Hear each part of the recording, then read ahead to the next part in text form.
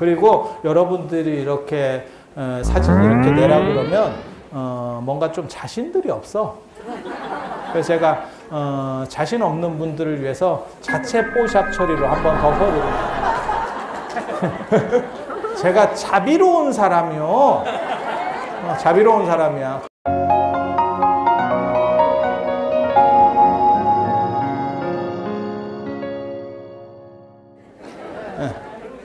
그래서 인생이 다 그러는 거예요. 그래서 지공 스님이 이 나라로 오셔서 이렇게 말키니까 사람들이, 고려 사람들이 참 대단한 게, 우리 조상들이 대단한 게, 그렇게 조금 혼탁스러운 데를 살고 있다가도 이렇게 맑은 분이 오셔가지고 충격을 주니까 그 말이 맞네 하면서 사람들이 바뀌기 시작했다는 거예요. 이건 굉장히 중요한 거야. 왜? 사람들이 부끄러움을 알고 있었어. 자기도 그런 행동을 하고 있었지만, 그래서 그거를 누가 깃발을 딱 들어 올리니까 저것은 잘못된 거네 라고 하면서 거기에 구름같이 몰려들었다는 거예요. 그때 나이 어린 나홍 스님도 계셨어요.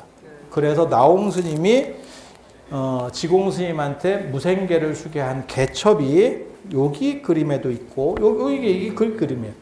그래서 이거를 제가 여러분들에게 이 도장으로 여러분 얼굴을 덮어드린 겁니다. 그리고 여러분들이 이렇게 사진 이렇게 내라 그러면 뭔가 좀 자신들이 없어.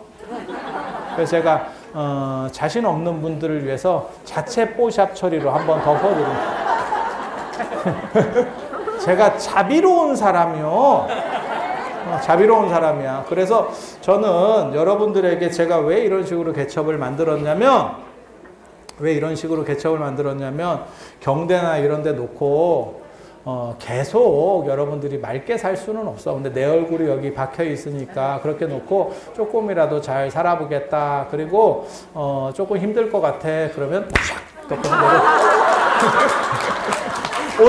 오늘은 잠깐 쉬고 또 조금 이렇게 내가 바르게 살아봐야겠다라고 하면 이렇게 살짝 피고 저걸 내가 자식이라고 낳나 싶을 때는 싹 덮어놓고 이렇게 하면 돼. 이렇게 살기 힘들어. 그러니까 그게 전천후로 이렇게 왔다 갔다 하는 거예요. 인생이 다 그런 거예요. 계속 살면 그렇게 조광조같이 계속 살잖아요. 자식이나 며느리도 못 버텨요. 그래서 여러분들이 그렇게 사실 수 있지만 가정의 화합을 위해서 때로는 약간 맑지 못할 때도 있는 거. 여러분은 원래 다 맑은 분들이에요. 제가 다 잘 안다니까. 얼굴을 보면 알지. 왜냐하면 그렇지 않으면 이 자리까지 왔겠어요?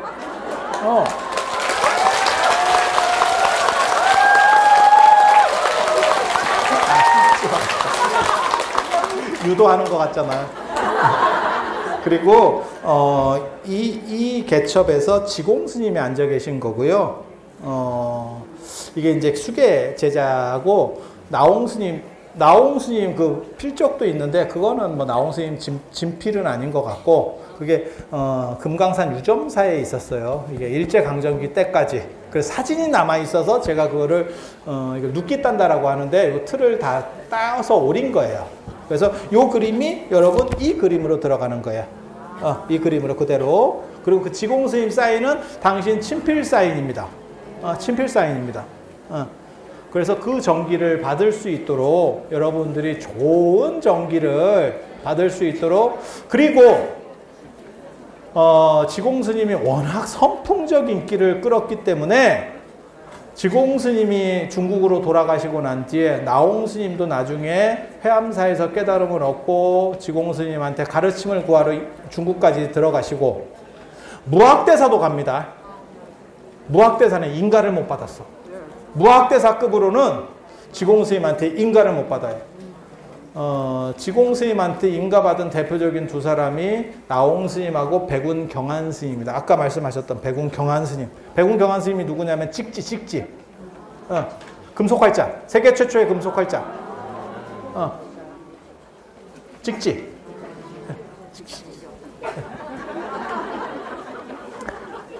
아는 거 나오니까 재밌지. 그렇게 해서 그렇게 이제 축원지천이라고 하는 나중에 그런 분도 다 그게 이제 왕사국사까지 다 올라가시는 분들이에요. 다 이제 구름같이 나홍 스님을 쫓아서 나홍 스님은 귀국하니까 그 스님에게 이게 가르침의 향기라고 하는 것은 바람을 거슬른다라고 하는 게 있어요. 부처님께서 뭐라고 말씀하셨냐면 진리의 향기는 바람을 거슬른다. 그러니까 모든 향기는 바람을 타고 흐르는데 그 사람에게 여운이 있고 그 사람이 대단하고 이러면 불원천리라도 간다는 얘기예요. 그건 오늘날도 마찬가지예요. 제가 예전에 고려대에서 박사과정 할 때 뭐가 있었냐면 모모 선생님께서 막 이렇게 원서 수업을 하거든요. 박사과정이. 근데 영어가 걸리면 그나마 제일 쉬워요. 제가 영어를 잘하냐? 아니 그건 아닌데 영어는 물어보기도 쉽고 번역기 돌리기도 쉽고 주변에 한 다리만 건너면 갔다 온 놈이 있어. 그러면 물어보면 돼. 러시아어가 걸렸다니까? 러시아어? 야 미친나. 러시아어 어떻게 쓰는지도 모르는데 물어볼 데도 없어. 물어볼 때도 사돈의 8천을 다 해도 야 푸틴한테 카톡 넣어. 지금 뭐 그런 거예요. 근데 왜 그러냐면 그쪽에 그런 분이 전문가로서 업적을 남기고 있으면 좋든 싫든 어떻게 해서든지 해오는 겁니다. 그러니까 저도 대학원생 스님들한테 제가 무슨 자료를 이렇게 주고 알아서 정리해 오세요. 그러면 이걸 어떻게 찾아야 돼요? 이걸 어떻게 번역해요? 이러면 제가 뭐라고 대답하냐면 한마디입니다. 제주권! 제주권! 누구한테 물어보든 사오든 뭐 제주권! 그렇게 하는 거예요. 진짜. 진짜. 그래서 이게 참 진정한 향기는 바람을 거슬러서 흐른다. 그러니까 진짜 대단한 사람이 있으면 그것을 다 거슬러서 올라가는 거예요. 그래서 예전에 이 오대산에도 하남 스님이 계실 때는 수행하려고 하는 사람이 상원사에 너무너무 많이 모여서 저 상원사에 150명, 200명까지 살았어요. 지금 저 상원사의 절반밖에 안 됐어요. 그 당시. 절반은 뭐 한 3분의 1 됐을 거예요. 저 상원사가 지금같이 커진 게 지금 요 교구장 스님이 다 그걸 넓힌 거거든요.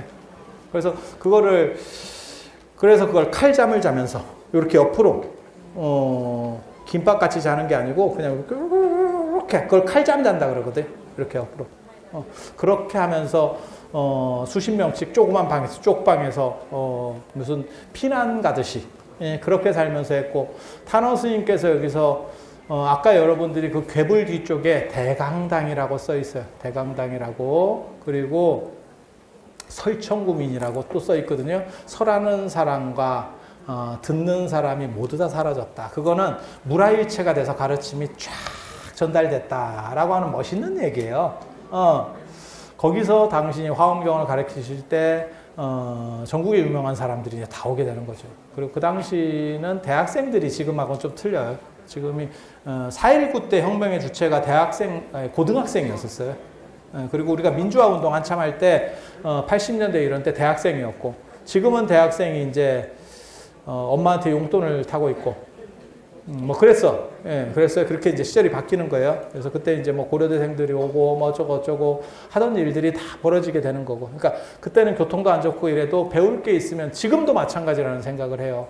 배울 게 있으면 거기까지 찾아갑니다. 제가 있으니까 여러분이 이렇게 오셨잖아요.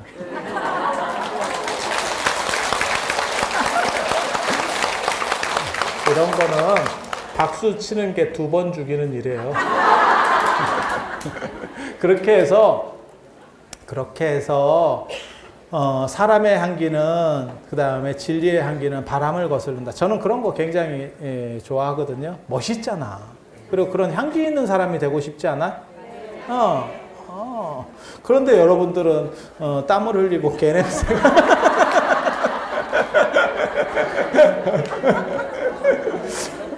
개냄새가 개냄새는 좀 그러니까 정수리 냄새 정도로. 우리는 정수리 냄새는 안 나. 좋지? 원하시면 밀어. 이렇게 비가 올 때도 우리는 그냥 가만히 있어도 비 오는지 알잖아. 이것도 이거 안 해도 알아. 자, 그래서 지공스님께 많은 분들이 법을 청하러 그렇게 갔었고, 그 중에서 이제 수제자가 되는 게 나홍스님이고, 그리고 그 나홍스님이, 무학스님은 지공스님한테 법을 못 받아서, 무학스님은 다시 나홍스님한테 법을 받게 되는 거고, 그래서 지공, 나홍, 무학이 3대 제자예요. 3대. 뭐 생각하시면 되냐면 소크라테스, 플라톤, 아리스토텔레스 이렇게 쭉 계보로 내려간다라고 생각하시면 돼. 그래서 그분들이 워낙 대단한 분이 세 분이 연거퍼 이렇게 나오기가 쉽지 않거든. 제가 그래서 그런 얘기 하잖아요. 우리나라 전 역사를 통틀어도 아버지가 천재라도 자식이 천재인 경우가 없다. 거의 없습니다. 그걸 제가 2명 정도를 들거든요. 그게 원효와 설총. 사계 김장생과 신독제 김집. 잘 모르실 거예요. 조선시대 때. 사계 김장생이라고 율곡각파, 노론 나중에. 그렇게. 그러니까 부자가 이렇게 되기가 상당히 어려워요. 그리고 스님들도 대를 이어서 이렇게 되기가 쉽지가 않습니다. 쉽지가 않아. 근데 대를 이어서 되는 경우는 있어도 3대가 되는 경우는 쉽지 않아. 그럴 것 같지 않아요? 큰 부자도 3대 내려가기 쉽지 않다. 인생이라는 게 뭐든지 3대를 유지한다는 게 그게 그렇게 쉽지 않아. 그런데 이분들이 했기 때문에 그게 증명사마상이 되는 거고, 그래서 큰 스님들의 좋은 기운을, 그리고 제가 그런 얘기를 하잖아요. 실록에 나옵니다. 실록. 조선왕조실록에 보면 무학대사가 굉장히 여러분들 대단한 사람인 줄 알고 있잖아요. 지공스님하고 나홍스님은 무학대사랑은 비교도 안 되는 분이에요. 태종 이방원이나 이런 사람이 얘기하는 거 보면 그때 실록에 그렇게 나와. 태종실록에 그렇게 나와. 이방원도 굉장히 이게 영웅호걸적인 사람이잖아요. 그렇잖아요. 굉장히 대단한 사람이거든. 그래서 그 양반이 무학대사 정도는 알로 봤어요. 자기가 이제 왕자 출신인데다가 자기 출신성도 굉장히 괜찮고, 그 다음에 반정 일으킬 때도 자기가 어떻게 보면 구테타 일으킬 때도 혁명공신이었고, 자기 동생 죽이고 자기 형 밀어내고 뭐 대단한 사람이요. 보통 사람은 넘지 누가 봐도. 그죠? 거의 창업군주에 버금갈 정도의 이런 사람이잖아요. 그리고 나중에 자기 아들을 위해서 또 외척들 다 이렇게 내 손에 피 묻히고 끝나는 걸로 치자 이러면서 했었던 분이잖아. 다 아시죠? 용의 눈물 이런 거 보시면 돼요. 오래전 드라마 나온다. 용의 눈물 듣고 웃으면 옛날 사람이야. 요즘 사람 용의 눈물 모릅니다. 근데 여러분들은 얼굴만 이렇게 뵈면 용비어청 가도 반포대 때 들었을 것 같아.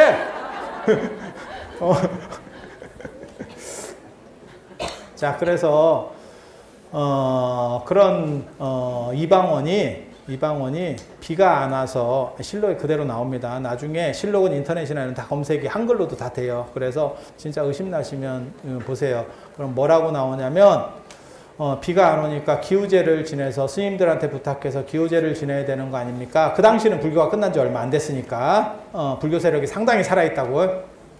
그랬더니 뭐라고 얘기하냐면 나홍이나 지공과 같은 분이 안 계시는데 이게 되겠냐? 이런 얘기를 해요. 그러니까 무학 정도로는 택도 아니라는 얘기예요.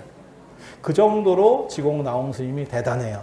그래서 제가 지공 나홍 스님의 여러분들이 기운을 받으라고 그렇게 좋은 지혜의 기운을 담아드렸고, 한쪽에는 그렇게 해서 무생계와 더불어서 지공 스님, 나홍 스님 이야기를 여기 그림으로 개를 받았던 그 내용을 담았고, 또 한쪽에는 뭘 담았냐면 채천지보라고 뒷바닥에 있어요. 이게 세조의 옥새입니다. 세조의 옥새.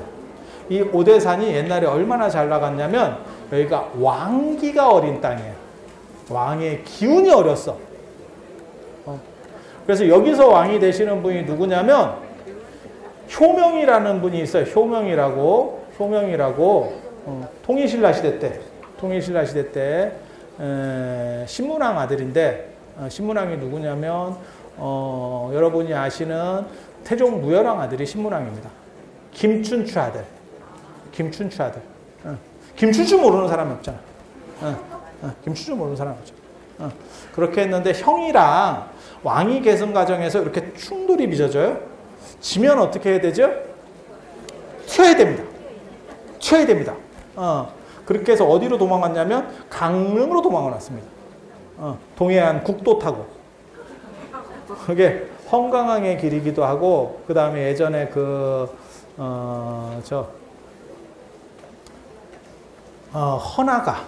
헌화가의 길도 글로.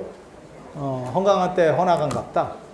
그렇게 길이 그렇게 이제 뚫리거든요. 그래서 그쪽 길이 계속 있었어요. 계속 있었어요. 그리고 자장률사도 그렇게 넘어오는 거거든요.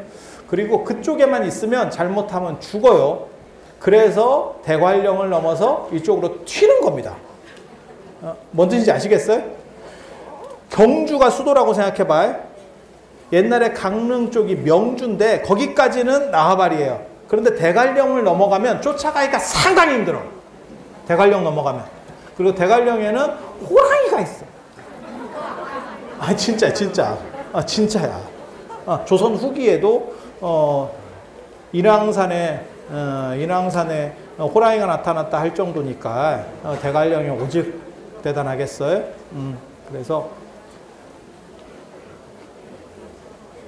냉풍기 틀었어요, 밖에. 아셔요, 지금? 냉풍기. 에어컨은 아니고 약간 싼 거, 냉풍기. 근데 되게 좋은 게 냉풍기 틀면 여기가 우중월정이라고 하는데 비 올 때 월정사가 좋은 게 여기가 비가 와도 습도가 높지 않습니다. 굉장히 재밌습니다. 굉장히 재밌어요. 그게 왜 그러냐면 대관령 때문에 그래. 그래서 바다에서 바람이 불면 대관령을 그 구름이 못 넘어요. 그래서 강릉 쪽에 폭설을 내려요. 겨울에는. 여름에는 거기에 폭우를 쏟습니다.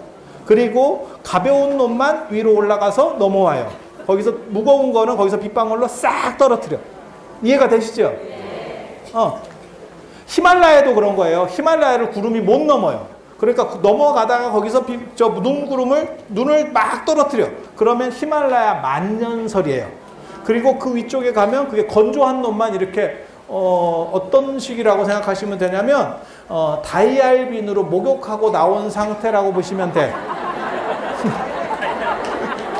어떤 느낌인지 알지? 이게 굉장히 건조해. 이게 내 몸인가 싶을 정도로 건조해. 그러면 어떤 일이 벌어지냐면 땅에서 수분을 끌어당깁니다. 오히려. 그러면 그 위에가 실크로드가 다 사막이 되는 거예요. 거기에 타클라마칸 사막 같은 게 만들어지는 거예요. 그래서 동해안 쪽에서 구름이 이렇게 오다가 바람이 오다가 거기서 비나 눈을 다 떨어뜨리고 이쪽으로 오면 어떤 일이 벌어지냐면 약간 건조한 공기가 돼요. 그래서 밑에서 수분을 쫙 당기기 때문에 오대산에 살면 비가 와도 청정한 느낌이 들어. 청량한 느낌. 제 말이 맞나 틀리나 한번 보세요. 그리고 여러분들 내일 안 주무셔도 배터리가 70%는 남아 있습니다. 여기 배터리 진짜 빨리 충전되는 자리예요. 진짜 빨리 충전되는 자리예요. 그래서 비 오는 월정사에 이렇게 잠깐 토막상식 이렇게 했었고, 이게 이제 최천지보라고 세조 도장이에요. 여기에는 세 명의 유명한 왕이 있어요. 세 명의 유명한 왕. 그 효명이 일로 도망을 나가서 나중에 자기 형이 결국은 패위를 당하고 여기서 부처님한테 기도를 해서 왕이 돼요. 그분이 바로 성덕대왕 신종으로 유명한 성덕왕입니다. 통일신라 시대 최고 군주입니다. 최고 군주예요. 그래서 여기서 기도해서 이 오대산에 왔더니 푸른 연꽃이 피었대. 그래서 여긴가? 이러고 거기에 자리를 잡고 기도를 했대. 그렇게 해서 나중에 왕이 돼. 왕이 돼. 그리고 지금 여기 중대 사자함은 태조 이성계의 원찰이었어요. 태조 이성계. 이성계 다 아시잖아. 이성계 다 아시잖아. 왜? 성계, 멍게, 말미잘 뭐 그냥 던져봤어요. 웃어주셔서 감사합니다. 아무도 안 웃어줬으면 내가 참여하려고 그랬어. 그래서 이성계가 여기를 원찰로 이 중대 거기가 정멸보궁 아까 교구장 스님께서도 그런 말씀을 하셨지만 일제강점기 때까지는 여기 중대가 넘버원 보궁이었었어요. 그러니까 저 통도사가 밀렸어요. 통도사가 밀리고 있었어. 그리고 희한하게도 조선 후기에 정암사하고 사자산 법흥사가 들어오고 나중에 1960년대, 70년대에 봉정암이 들어오더니 봉정암이 1등이 됐어. 이게 무슨 굴러온 돌이 박힌 돌을 오대사는 이게 무슨 이게 뭔가 싶을 정도로 돼가지고 사람들이 잘 몰라. 근데 자료가 진짜 있어요. 그 당시 30일 본사주지나 조선 총독까지도 다 동참을 한 자료가 있어요. 일제강점기 때 최고를 찍은 그게 있어. 실제로.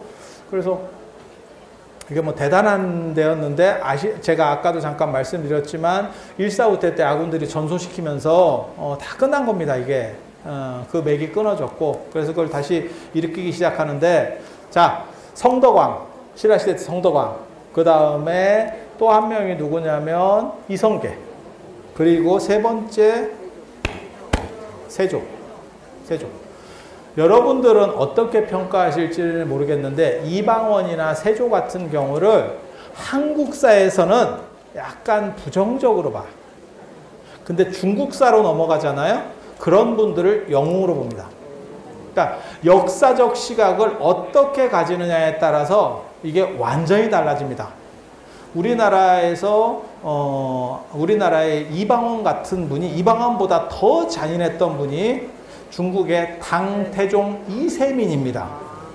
그런데 이세민은 중국에서 황제 2명을 꼽아라 진짜 뭐 요순임금, 요임금, 순임금 이런 전설적인 분 말고 실제적인 임금 중에서 제일 잘한 사람을 꼽아라 그러면 당태종하고 천구일제 1000년에 한 병 태어난다라고 하는 강희제입니다.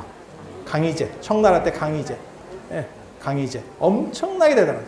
이 두 분 엄청나요. 이게 원투펀치거든요. 그러니까 우리랑 역사 인식이 달라. 당태종 같은 경우는 이방원은 방석이 나이 어린 방석이 혈통도 다른 이 방석이 왕위를 세우려고 하니까 이렇다고 우리 다 죽는 거 아니야? 이렇게 해서 공격을 먼저 선제 공격을 해버린 거거든요. 그런데 당고조 이연은 이세민의 아버지인 당고조 이연은 자기 형을 세웠어요. 이건성이라고. 그런데 그 이건성을 현문을 해서 북문으로 들어오는 태자를 직접 활을 쏴서 조진 양반이에요. 그런데 최고군주. 왜? 그런 사람이 어떻게 보면 강력한 언어죠. 그래서 중국을 엄청나게 떡상하게. 그러니까 우리도 그런 거 있어요. 제가 그런 얘기 하거든요. 뭐 재벌이 뭐 세습하는 게 안 좋아요. 이렇게 얘기도 하지만 이건희 회장님 같은 분이 계속 계시면 저런 분은 계속 하셔도 참 좋을 것 같다. 판단력도 좋으시고 삼성을 도대체 뭐 100배 이상 키웠을 것 같은데 저희 어렸을 때 삼성은 LG랑 비슷한 정도였었고 뭐 일본의 소니한테 택도 안 됐고 뭐 도시바, 히타치 이런 것도 안 됐었어요. 아니, 그렇지 않아요? 우리 어렸을 때 소니 테레비 있으면 좋은 집이야. 부러운 집이야. 삼성 테레비가 아남 테레비보다도 못했던 시절이 있어. 아남 들어봤지? 지금 젊은 애들한테 아남 얘기해봐. 아남이 뭐요? 지금 그런 그래서 아니 저는 잘하시는 분이 그렇게 하시는 것도 괜찮겠다라는 생각을 해요. 그러니까 조금 위험한 발언일 수도 있는데 뭐 대만이나 싱가포르나 이런 데도 우리도 그렇지만 이렇게 급성장하던 동인 중에 하나가 이제 그 뒤에 민주화정을 다 거쳤지만 약간의 독재도 필요했었던 게 아닌가라는 생각을 해. 그게 전혀 없었으면 잘못했으면 필리핀 같이 갔을 수도 있어. 이게. 그래서 그걸 독재를 옹호하는 건 절대 아니에요. 하지만 그런 부분도 약간 필요한 거 아닌가? 그런 식으로 해서 제일 잘 된 나라가 어디냐면 싱가포르입니다. 이광효 총리. 오래 했지. 진짜 오래 했지, 그 집은. 그리고 싱가포르는 완전 선진국이 됐지. 완전 선진국이 됐지. 우리 정도 급이 아닙니다. 우리 정도 급 아닙니다. 그래서, 이제 생각하기 나름인데, 그래서 중국은 그렇게 왕권이 강한 사람들을 대단한 군주로 쳐요. 중국 룰입니다. 중국 룰. 우리는 그렇게 휘두르는 사람을 별로 안 좋게 봐. 별로 안 좋게 봐. 이유는 뭐냐? 조선시대 때 정도전의 망령이 있기 때문에 그래요. 여러분이 잘 몰라서. 정도전이 이성계를 들쑤셔서 구테타를 일으키거든요. 정도전이 이성계 진영에 가서 뭐라고 얘기했냐면 이 정도 군사를 가지고 뭘 못하겠습니까? 라고 얘기를 했거든요. 그랬더니 그게 뭔 소리요? 이렇게 그게 얼마나 위험한 얘기인지를 알기 때문에 했더니 못 들었어 말고 이제 이렇게 살짝 운을 띄우거든요. 그 얘기만 갖고도 영모입니다. 그 얘기만 갖고도 맞받아치면 영모야. 그래서 못 들은 척하고 있는 거야 지금 이게. 그렇게 가고 있는데 그렇게 쑤셔가지고 결국 왕이 됐잖아요. 그런데 이 조선을 설계한 사람은 이성계가 아니고 정도전이에요. 정도전이 꿈꿨던 나라는 신하의 나라입니다. 그러니까 일본 생각하시면 돼. 천황을 이성계라고 생각하면 되고 총리가 전체를 하는 나라. 일본 무슨 뜻인지 아시죠? 그렇게 하기를 원했어. 그래서 정도전이 설계한 시스템에는 그러니까 한마디로 얘기해서 지가 총리지. 지가 총리지. 그래서 임금을 제1사대부, 첫 번째 사대부로 본 거예요. 임금은 사대부보다 위에 있는 게 아니고 사대부 중에서 1번으로 봤다고. 이거 굉장히 재밌는 거예요. 그거를 못 참았던 사람이 누구냐? 이방원입니다. 그래서 저거를 갑자기 이렇게 해서 결국 정도전을 날렸는데 문제는 이방원 쪽에 새로 국가를 시스템을 만들 정도로 똑똑한 사람이 없었지. 그래서 정도전이 삼봉 정도전이 만들어 놓은 국가 시스템이 그대로 돌아가게 되는 거예요. 그 얘기는 뭐냐? 신하가 강하고 군주가 약한 상황이 벌어져요. 그래서 중국사를 볼 때 뭐라고 얘기하냐면 군, 강, 신, 약이라 그래요. 군주권은 강하고 신하권은 약하다. 그런데 조선을 볼 때는 뭐라고 얘기하냐면 군, 약, 신, 강이라고 얘기해요. 그래서 임금이 죽였어도 신하들이 신원을 시켜서 조광조처럼 영웅을 만들 수도 있어. 그렇게 영웅을 만들어버리면 죽인 임금은 뭐냐? 이 생각을 한번 해봐야 돼. 임금은 뭐야 도대체? 그게 신하권이 군주권에 도전하는 양상이기 때문에 그래요. 그리고 그렇게 되면 무슨 일이 벌어지느냐? 이방원이나 세조 같은 사람은 굉장히 부정적이 돼요. 신하들을 마구잡이로 죽이는 사람이니까.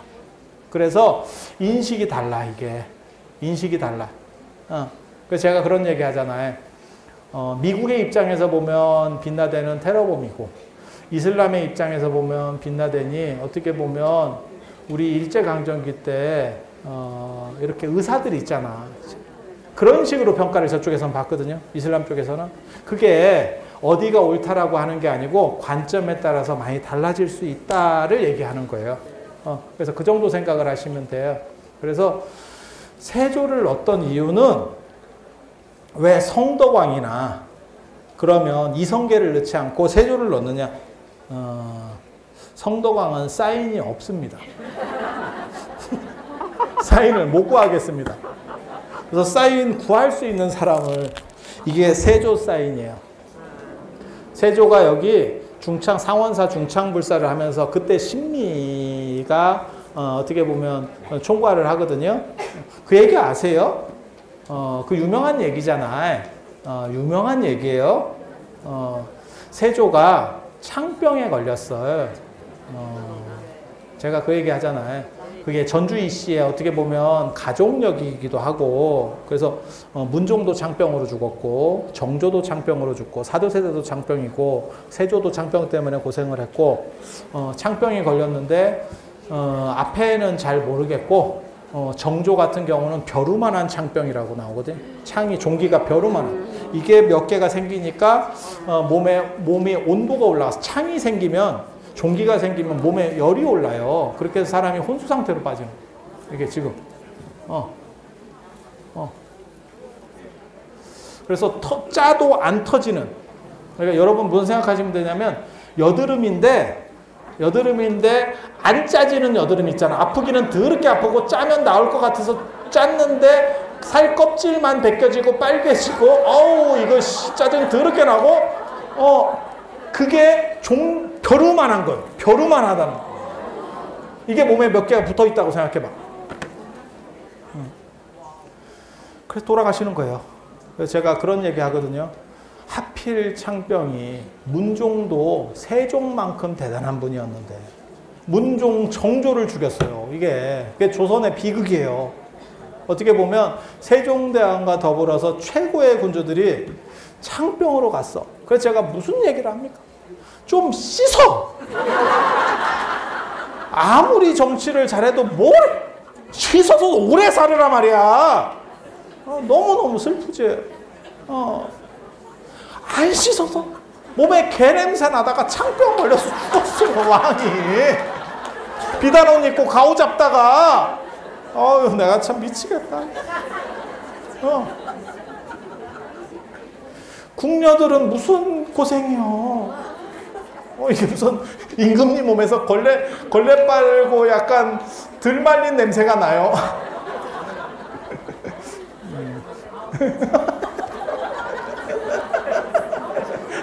죄송합니다. 그래서 세조도 그런 창병에 걸렸대잖아요. 그러니까 신미스님이 이 세조의 가장 친한 친구 중에 한 명이에요. 그래서 내가 임금님의 내 사제를 털어서, 신미가 그게 굉장한 귀족 출신이거든요. 그리고 신미가 김수성이고 그 동생이 김수온이라고, 괴의 김수온이라고 유명한 일종의 권문세가예요. 그렇게 그래서 세조가 신미스님 아시죠? 그 옛날에 그 나란말싸미 뭐 해가지고 그 뭐 한글 만들었다 뭐 어쩌다 했었던 그 신미스님인데, 그 스님이 이제 세조가 아프니까, 자기 친한 분이 아프니까, 그래서 내가 내 사제를 털어서 당신을 위해서 상원사, 오대산 상원사를 중창불사하겠다 라고 해서 상원사 중창불사를 들어가겠다니까 세조가 가만히 있을 수 없잖아. 내 몸이 아파서 지금 그러는데, 그 당시 저희가 화재가 나가지고 홀라당 다 탔대. 그래서 저희가 굉장한 명찰인데 저기서 기도를 하면 나을 것 같다. 이러니까 세조가 그러면 내가 좋은 걸 주겠다 이러면서 당신 옷을 벗어줬대. 이거 굉장히 재밌는 거예요. 그 옷이 세조 지금 상원사에 있는 그 문수동자상 복장에서 유물로 나와서 지금 월정화 성보박물관에 있습니다. 그래서 창병이 어디 있는지도 알 수 있어. 종기 흔적이 보여. 피고름이 묻어 있어. 돈을 안 주고 옷을 벗어줬대. 그게 뭐냐면 제주껏 삥 뜯어 이 뜻이에요. 전두환 대통령 때 만약에 일해재단 그거 좀 당신이 좀 맡아서 해보세요. 아따. 뭔 뜻인지 아시겠어? 그 권한 하나만 받잖아요. 경기 끝납니다. 왕조 국가에서 왕이 그렇게 얘기했어요도 아니고, 자 보세요 이러면서 이거 보세요, 여기 봐요, 여기 치료해야 돼 이러면 유생이고 뭐고 다 필요 없고 돈을 내기 시작하는데, 그때 불사가 2천억에서 3천억. 금방 고칩니다. 그리고 그때 돈 내고 다 사인을 또 했어요. 그래서 신숙주 한 명의 사인이 전부 거기 어첩에. 그게 우리나라에서 가장 오래된 한글본입니다. 제일 오래된 활자본은 훈민정음이고요. 당연히 훈민정음이고 손으로 쓴 글 중에서 가장 오래된 게 그 세조 어첩이에요. 그 세조 어첩. 그리고 그걸 가지고 신비스님이 그게 이제 항렬 스님이 썼을 걸로 추정을 하는데 저도 그거 갖고 논문도 쓰고 했거든요. 그렇게 해서 거기 보면 한 명의 사인도 진짜 사인들이 다 있어. 진짜 사인이 다 있어. 그러니까 돈 내고 사인하고 돈 내고 사인하고 아유 뭐 잔인해. 옛날이나 지금이나. 그리고 나중에 아마 세조한테 보여줄 거예요. 임금님한테 보여줍니다. 이러면 바로 나. 아하 이렇게. 전두환 대통령 때도 봐봐. 그거 했으면 다 걷었어. 다 걷고 건물 한 채 산다. 그렇게 그런 시절이 있었잖아. 근데 왕인데 왕조국가에서 왕인데 그건 뭐 대단한 거잖아. 그렇게 해서 불사를 하고 그리고 그 어첩에 당신이 사인을 해요. 그때 뭐라고 써 있냐면 요 사인이에요. 불제자 조선국왕 이유 이렇게 썼어요. 불제자인 조선국왕이 이유 한 글자입니다. 왕족은 한 글자예요. 세종 이도 정조 이산 드라마도 있었잖아.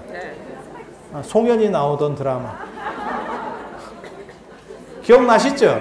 그렇게 해서 여기 와서 아무리 임금이 됐다고 하더라도 사람이 죽으면 끝나는 거잖아요. 그렇지 않아요? 그렇잖아요. 그래서 어떤 일이 벌어지냐면 세조가 진짜 왕권이 강했긴 강했는가 봐요. 여기에 낙성식 때 상원사 낙성식 때 성덕대왕도 여기 상원사 낙성식 때 옵니다. 그런데 세조도 와요. 수도를 왕이 떠날 수 있다라고 하는 거는 왕권에 강력한 자신감이 있을 때만 수도를 비울 수 있습니다. 그건 어느 왕조든 마찬가지예요. 어느 왕이든 마찬가지예요. 왜? 수도를 비운다는 게 자칫하면 뒤집어져요. 그런데 세조가 그때는 벌써 다 완전 장악했다고 생각을 했는가 봐. 그래서 이쪽으로 와서 기도를 하는데 그때 들렸던 데가 어디냐면 금강산 들리고요. 낙산사 들리고요. 고성 온천 이게 실록에 세조실록에 다 이게 나와요. 어디 갔다가 다 나와. 온천을 들린 건 창병 때문에 그래요. 온천을 들리는 거. 고성온천 들려. 네, 그래서 저도 고성온천에 한번 가볼까라는 생각을 괜찮았나? 효과가 좀 있었을란가? 라는 생각을 한번 했었어요. 그렇게 돌리고 저 금강산 들리고 낙산사 들리고 금강산에서 법기보살을 친견했대. 그리고 감로 이적들이 있었고 그리고 여기 와서 테이프를 끊습니다. 이렇게 테이프를 끊어. 근데 테이프를 끊는데 여기 산이 지금은 교통이 좋아졌지만 예전에는 저기 기차역 있는 데서부터 여기 이제 걸어 들어오는 거예요. 보통. 근데 이제 가마 타고 오거든요.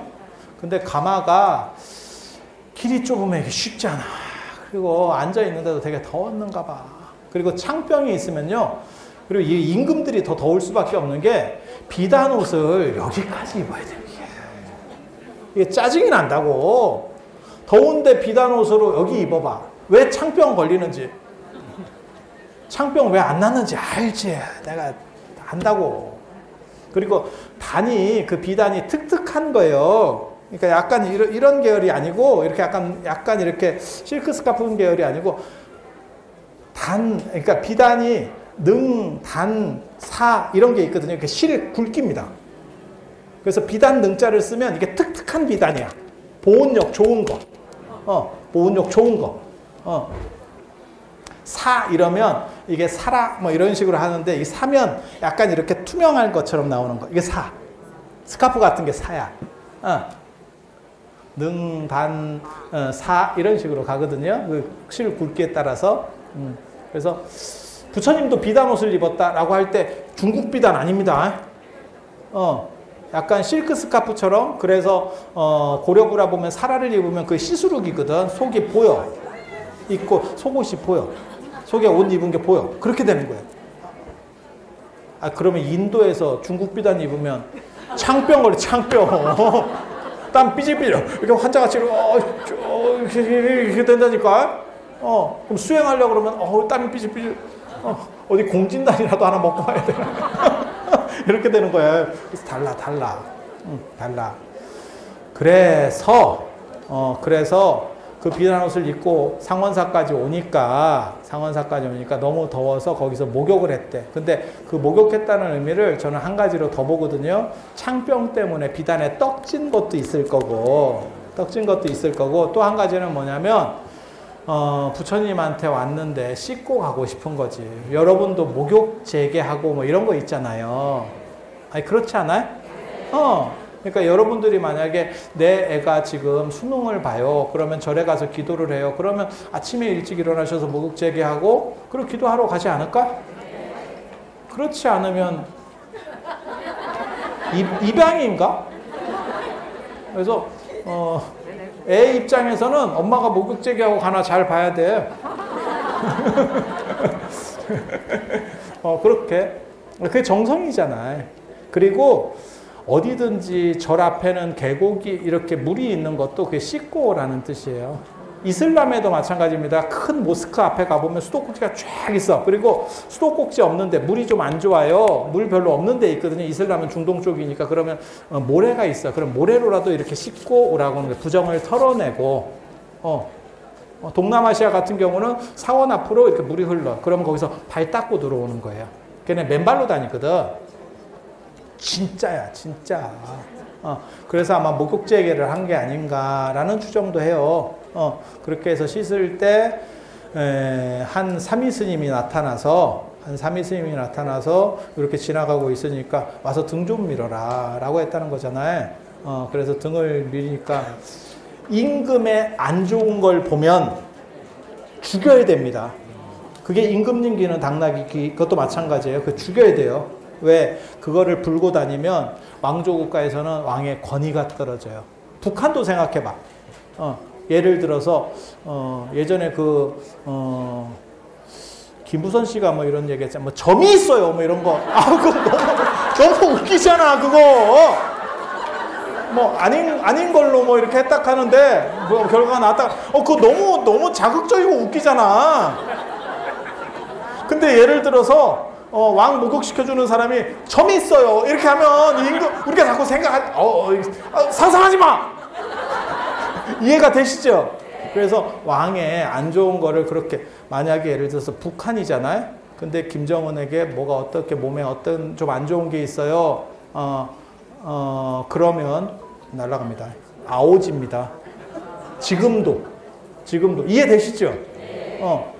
그래서 왕조국가에서는 다 죽여야 돼요. 그때 살려줬다가 임금님기는 당나귀 그 얘기가 나오는 거고, 여기는 당신이 불제자 이유 이렇게 쓰는 사람이 지금 나를 위한 원차를 지금 낙성식에 왔는데, 아무리 삼위 스님이라도, 나이 어린 스님이라도 스님을 죽인다는 게 너무 부담이 되잖아. 그래서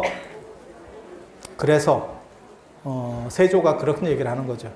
네가 내 등 밀었다는 얘기를 하지 마라. 그랬더니 그 동자 스님이 그렇게 얘기했대잖아. 삼위 스님이 임금님께서도 문수 동자가 등 밀어줬다고 말하지 마라. 이러면 사라졌. 왜 그렇게 얘기했는 줄 알아요? 보살님 입장에서는 등 밀은 게 쪽팔렸던 거지.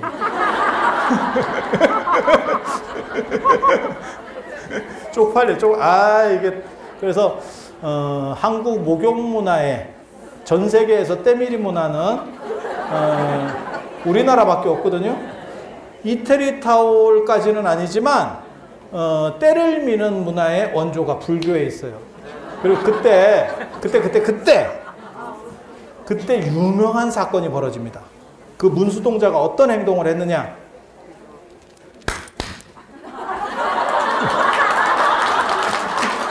이게 문수동자가. 그래서 그 상원사 앞에 진짜 가면 목욕할 것 같은 그런 약간 파여 있는 데가 있어. 근데 거기를 이렇게 그 물을 약간 떠먹으면 약간 찝쭈구리한 그 세조 그 영감님 맛이 조금 나고, 자세히 들으면 소리가 들려, 소리가. 소리가 들리면 돌아서라는 뜻이에요.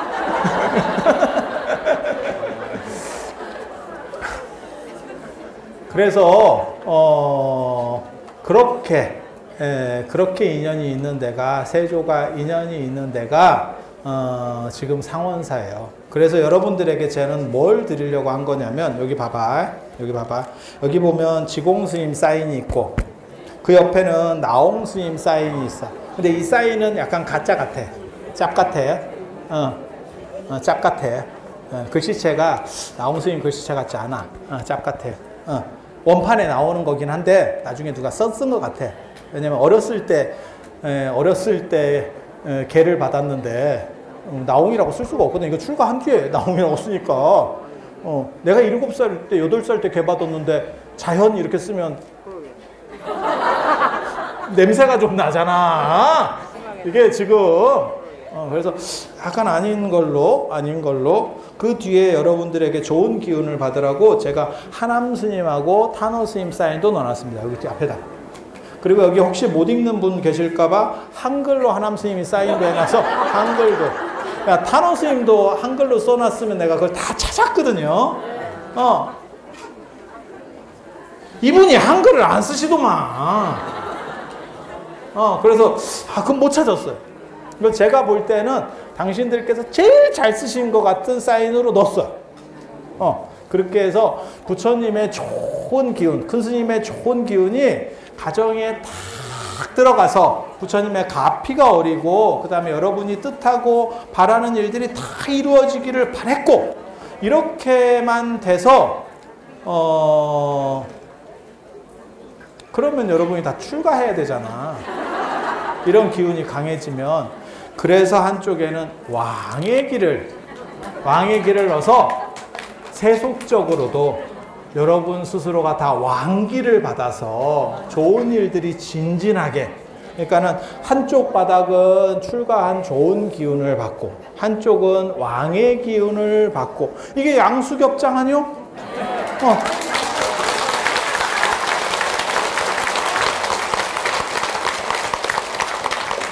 이런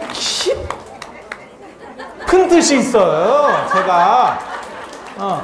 그래서 그래도 이제 여러분들 같은 경우는 연세가 좀 되셨기 때문에 지금 막 치고 올라가서 일 벌리기는 조금 그렇거든. 그래서 제가 이쪽에 사진을 넣는 걸로, 이쪽 왕 쪽에 사진을 넣어갖고는 이게 말년에 사고 칠 수도 있겠다.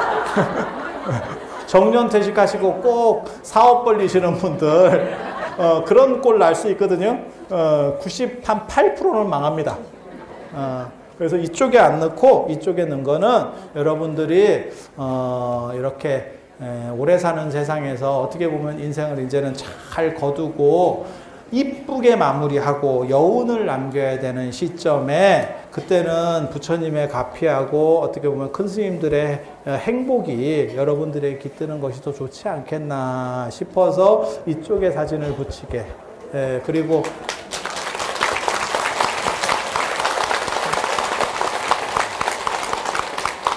여러분들이 공부를 싫어해서 다음 생에는 공부를 좀 잘 하시기를 바라는 마음에서 사진 뒷바닥에다가 제 얼굴을 자매결연이야, 자매결연. 그렇게 처리를 했어요. 그리고 이제 다 끝났습니다. 잠깐만 기다리셔봐. 오늘 아까 수계를 못 받으신 분들이 좀 늦게 오셔서 수계를 잘 못 받으신 분이 있다 그래서 수계를 잠깐만 해드릴 거예요. 그래서 여기 불을 당겨 주시면 2개 하면 안 돼. 하나 하든지 3개 하든지. 홀수로 하는 거예요. 홀수로. 자, 여자는 오른손, 남자는 왼손입니다. 왼팔. 남좌여우라고 하는 겁니다. 그래서 이 앞으로 잠깐 나오시면 그렇게 수계 해드릴 수 있도록 하겠습니다. 그리고 안 끝났어. 잠깐만 계속 이쪽으로. 조금만 비켜주시고. 옆으로 쓰시면 화면에도 나가. 거기 가리지 말고.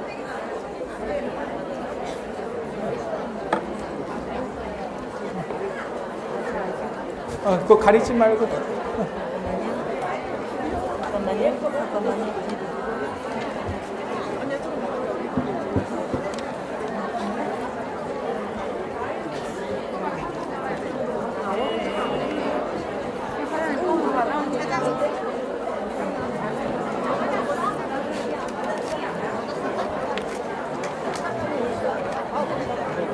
자, 다 됐지? 다 됐지?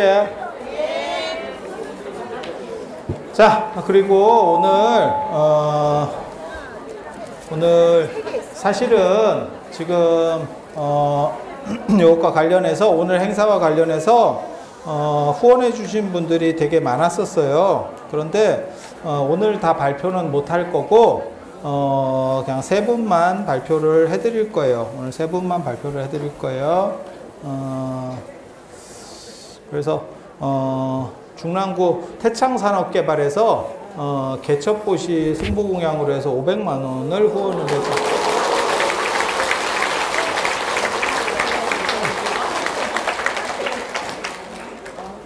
그리고 춘천에 사시는 신숙영님께서 또 100만 원을 후원을 했습니다.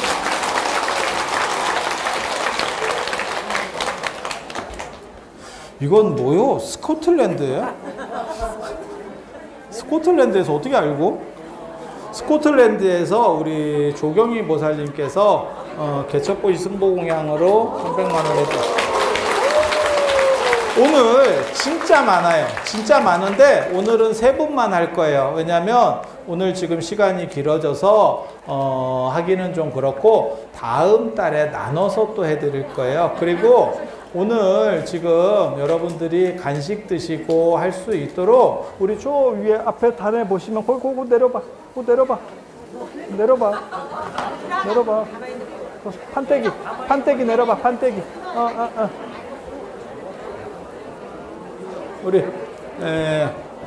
우리 오리온에서 큰 후원을 여러분 그 물도 주시고 여러분 이따가 저녁 때 간식하시라고 또 드릴 거예요. 제가 낮에 주면 어떠냐 이래서 낮에는 사람이 너무 많아서 주면 회사가 큰 문제가 생길 수 있다.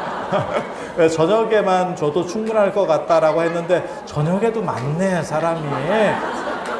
그래서 이게 그래서 이렇게 하고 우리 이 조경희 보살님하고 신숙영님하고 우리 태상산업개발 쪽에서는 요거를 우리 패를 드릴 테니까 나중에 가지고 가실 수 있도록 그렇게 하세요. 그래서 여러분들이 이렇게 큰 복을 지으신 거를 한번 감사의 박수를 한번 쳐주시면.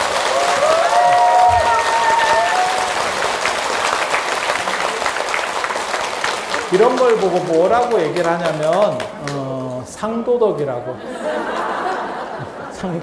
하는 거예요. 그래서 오늘 이상 마치고 이제 9시부터 금강경 기도를 이제 적광전에서도 하고 여기 문수선원에서도 하고 오늘은 우리 신도분들께서 많으셔서 대법륜전에서도 할 거예요. 그래서 법륜전에 가시면 법륜전 스님이 따로 하실 거고 여기 문수선원은 문수선원 스님이 따로 하실 거고 그리고 적광전은 적광전 스님이 따로 하실 거예요. 그래서 여러분들이 딱 이렇게 기도 스님 얼굴을 보고 나는 너무 심해? 그만할까? 물론 제가 기도하기를 바라는 분도 계시겠지만 제 목소리가 이게 기도용 목소리가 아니에요. 저는 수업용 목소리지 제가 기도용 목소리가 아닌 거로 나중에 제가 지금 아마 가을 아니면 내년 봄쯤 되면 불교대학을 또 만들 거예요. 그래서 여러분들이 기도만 하시는 게 아니고 교육도 받을 수 있고 또 나중에 상담도 할 수 있는 과정을 또 만들어낼 거예요. 그래서 여기 절에서 상설적으로 상담이 가능할 수 있도록, 그러니까 저희가 일방적으로 말만 하는 게 아니고 여러분들이 문제 있으신 것들을 좀 얘기할 수 있는 구조들도 만들어낼 겁니다. 서서히 바꿔갈 거예요. 그래서 만약에 교육을 하게 되면 접니다. 제가 봉은사 예전에 교육국장 들어갔을 때 첫 마디가 뭐였었냐면, 나 인기투표 2등 하면 짐 싸겠다. 그랬는데 1등을 하고 1등을 계속 하고 있는데 나가라 하더라고. 조계사도 제가 2년 동안 1등하고 잘렸습니다. 이게 불교는 1등을 오래 하면 날리는 전통이 있어. 이거 재밌어. 여기는 우리 교구장 스님께서 계시기 때문에 제가 안 날아가는 거예요. 그 어른이 이렇게 딱 봐주니까. 그래서 예전에 그거 있어. 이거 자꾸 이런 식으로 가면 아까 교구장 스님처럼 끝날려듯이 또 시작하는데? 근데 예전에 그거 있어. 어떤 장군이 굉장히 전쟁을 잘했어요. 잘해서 딱 돌아와서 이제 다 반란군들을 진압하고 적들을 진압하고 딱 와가지고 임금님 앞에서 어깨에 뽕이 들어갔대. 딱 뽕이 들어가서 내가 이렇게 이제 친하래도 공이 크니까 뽕이 딱 들어가니까 임금님이 어떤 행동을, 중국 황제가 한 행동이에요. 박스를 하나, 라면 박스 같은 걸 하나 집어 던졌대. 그랬더니 거기에 그놈 죽이라고 상소문이 꽉 차있더래. 그걸 딱 보는 순간, 임금님 덕분입니다. 라고 했다는. 여기도 비슷해. 여기도 비슷해. 그래서 우리 어른 스님께서 한국불교에서 큰 일을 하시고 싶어서 저 같은 사람이 이렇게 활동할 수 있도록 기회를 주시는 거예요. 그래서 뜬금없이 우리 스님께 박수 한번.